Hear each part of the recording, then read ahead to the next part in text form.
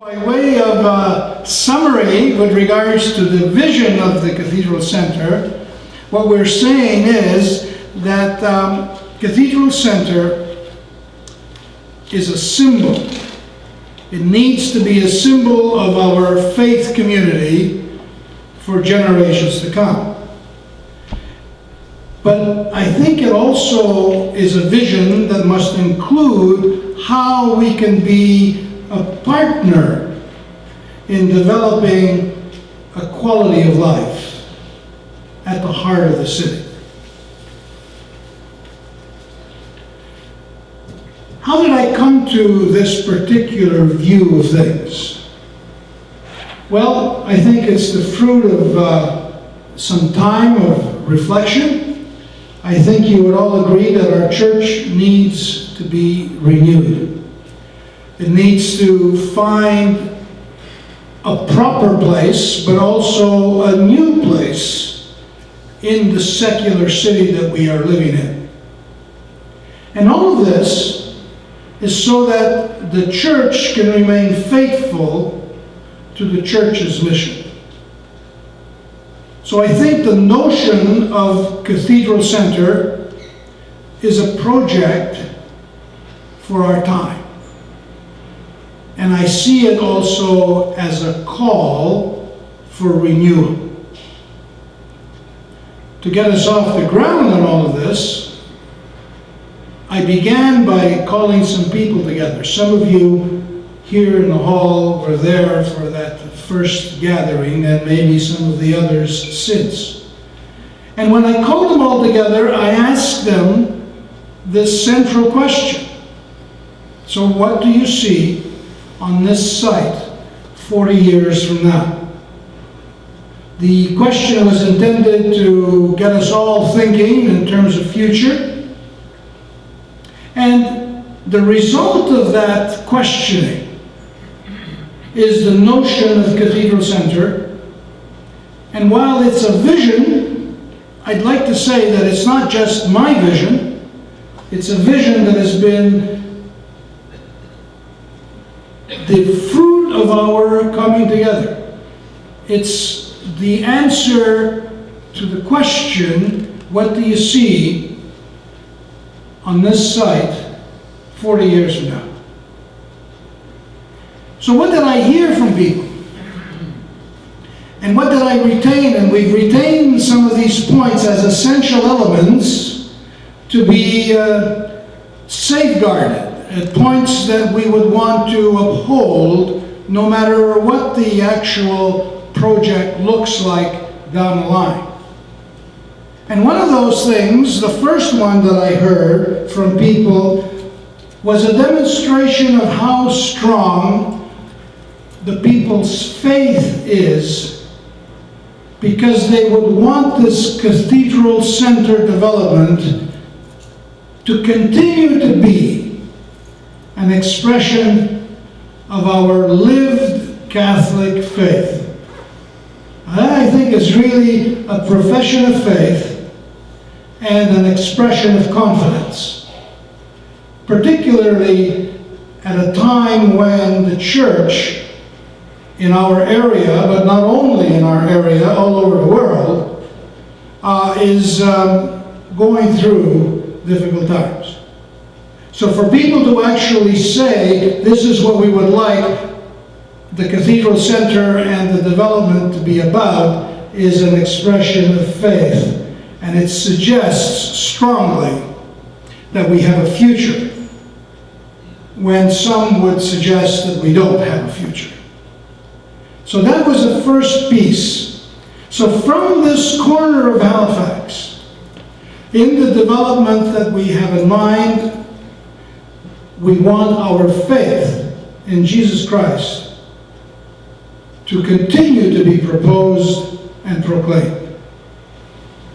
And since I've been reflecting on all of this, the Cathedral Center really also needs to be consistent with our efforts to evangelize anew.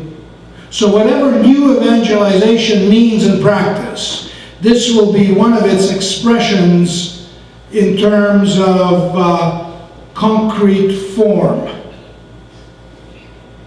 It needs to be an attractive point for a future generation of disciples.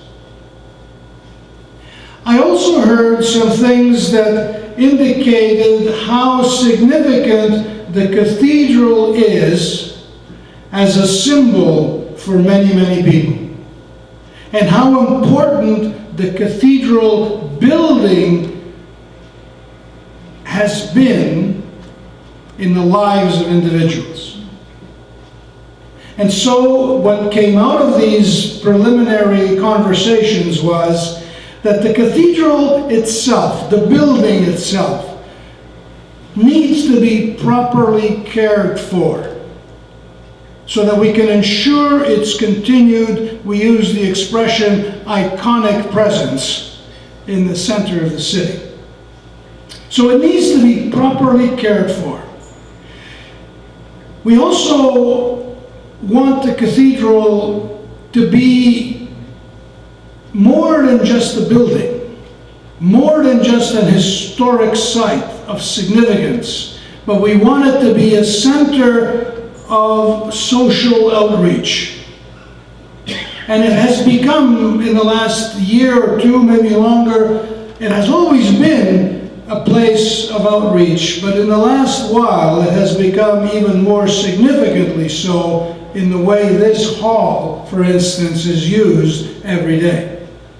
There is a significant number of people that come here every day, not just to receive a sandwich, but to actually be welcomed, to be treated with some dignity, to have a place to sit and rest, and then go on with their daily lives. So the center, the cathedral, needs to be more than just a building. It needs to be a center of social outreach.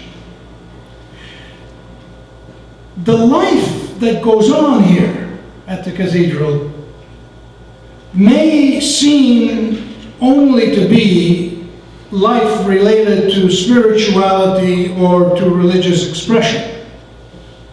And while that's what may be the most obvious expression of the life of the cathedral, I think the life of the cathedral needs also, and we need to become partners with, the life that's taking place all around us in the city.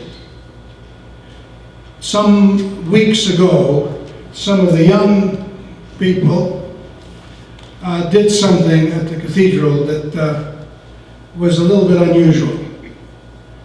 On a Friday night, they opened the church. Some of them were inside praying, some of them were singing, and a whole bunch of others were outside.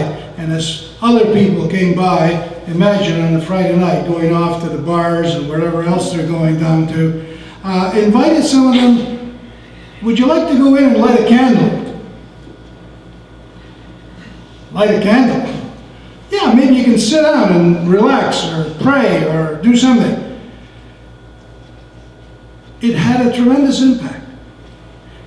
What they did was videotaped. You can see it on YouTube. And we've had impact right across the country. That was one of the ways in which the life of the cathedral interacted with the life of the city on a Friday night. And the last point around the cathedral and what it ought to be as an essential point is that the cathedral needs to continue to be a safe haven, a place where people can find quiet, an oasis of peace in the city's busy downtown core. So these were some of the things that came out of those preliminary conversations. Some more specific points, one of them became very obvious to me at some point in my early days here, and it's been demonstrated as a valuable point, and that is that St. Mary's Glebe remain a home for the clergy.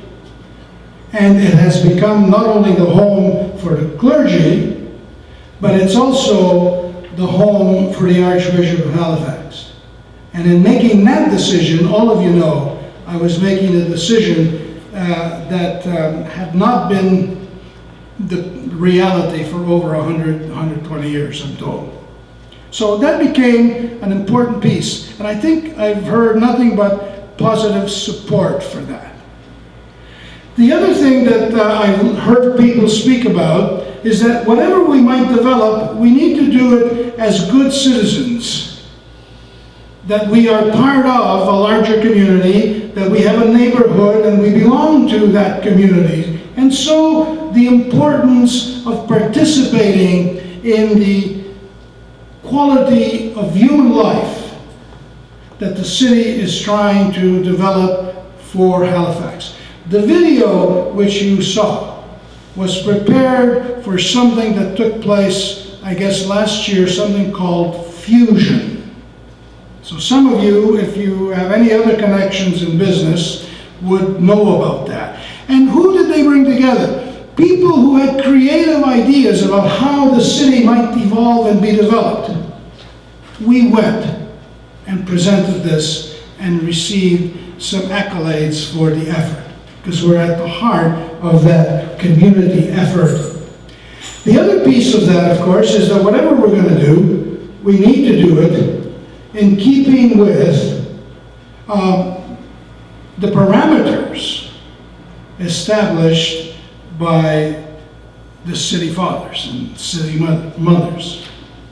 We have to continue with the consultations and continue with the conversations.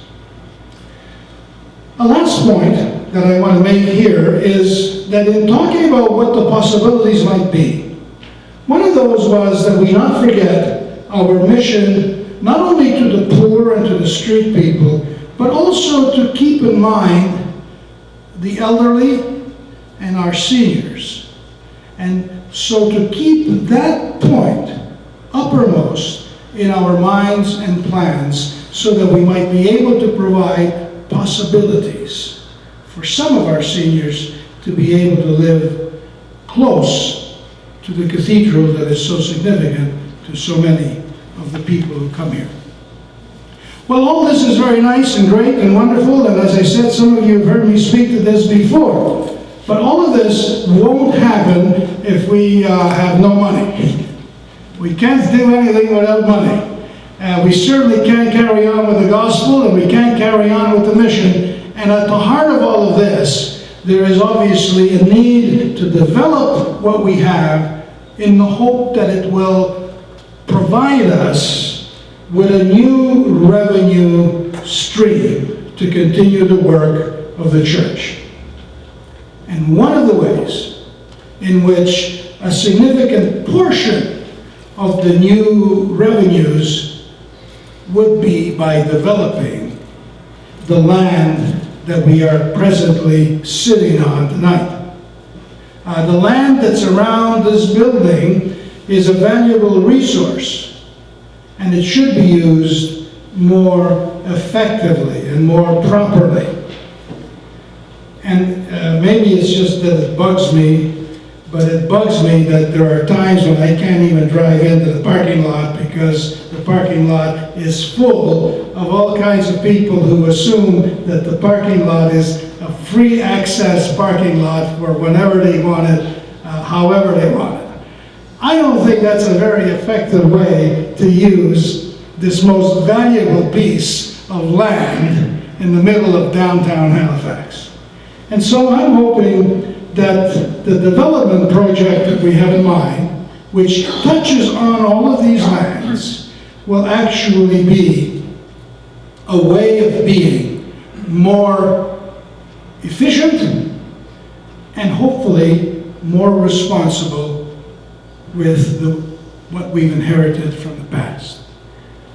And so with that, I'll end my remarks and ask Ken to now address the more specific matters for which we have gathered here tonight. Thank you.